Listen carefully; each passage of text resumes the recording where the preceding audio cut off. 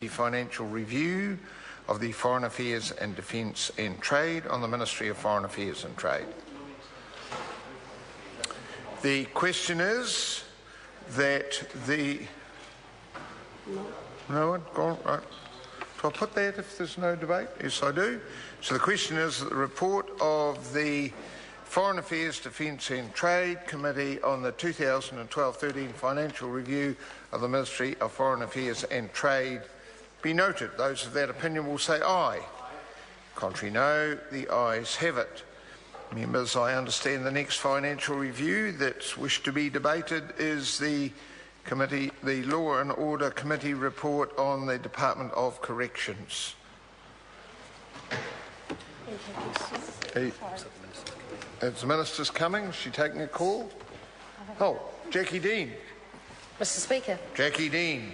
Thank you, Mr. Speaker. I want to tell the House about probably a very topical aspect of corrections which the Law and Order Committee saw for itself last Friday on a trip to Auckland. It was a combined visit having a look at policing and corrections in Auckland.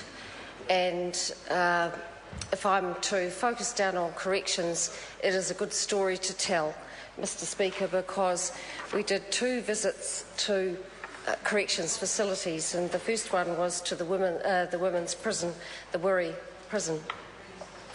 What was most notable for the committee was that this was a visit to a working prison, and so the focus of rehabilitation is extremely strong in that a women's prison at Wiri.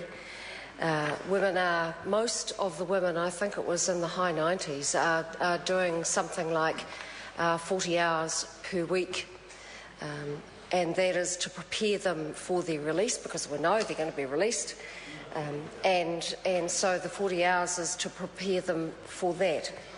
So the committee, made up of a cross-party membership, the Greens, New Zealand First, Labour and National, had a good tour around Wiri, and we went into 2 or 3 different real work situations. The first one was into the kitchens, where we saw the women preparing meals as if they were in a real commercial kitchen, and that was because if you're not going to teach them what a real commercial kitchen is, if you're going to wrap them in prison cotton wool, then you're not going to show them what the real work environment is like on the outside. And so the gentleman who was the supervisor has worked extensively in the private sector and hospitality, and he was very proud of what his inmates were achieving. So we looked in the kitchen, and not only were they preparing every meal for the prison inmates, they were also doing all the meals and manning the canteen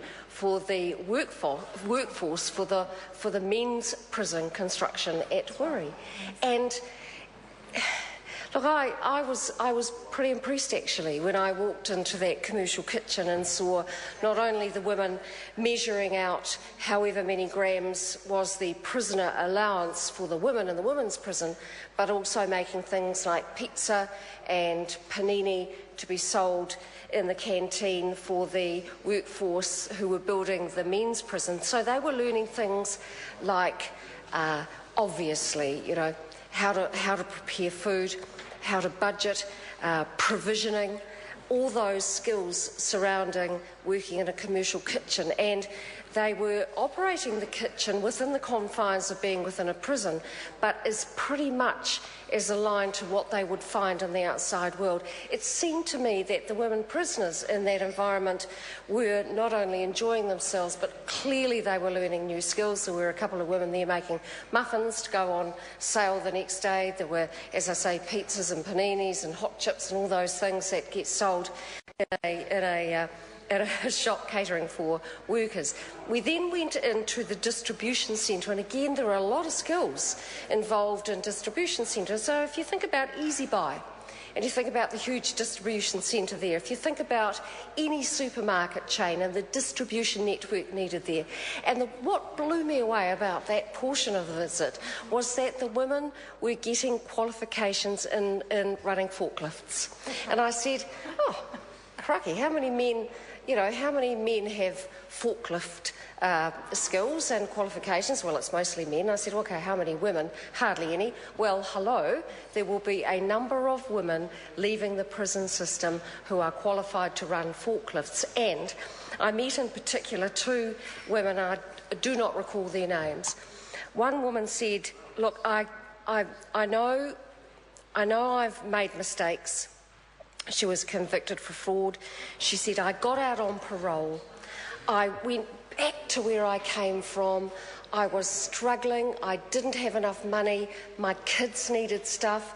I was back in my old environment. I went back to what I knew, which was fraud. She got caught. She's back in prison, and she's saying, look, these skills I'm learning now, I want to use them so when I do go back out on parole, and she will go back out on parole, when I do go back out on parole, I want to use those skills and have a better life. Mr. Speaker, that's law and order. This is this government at its best. The Honourable Anne Tolley. Mr. Chair. Right. Mr. Chair, can I start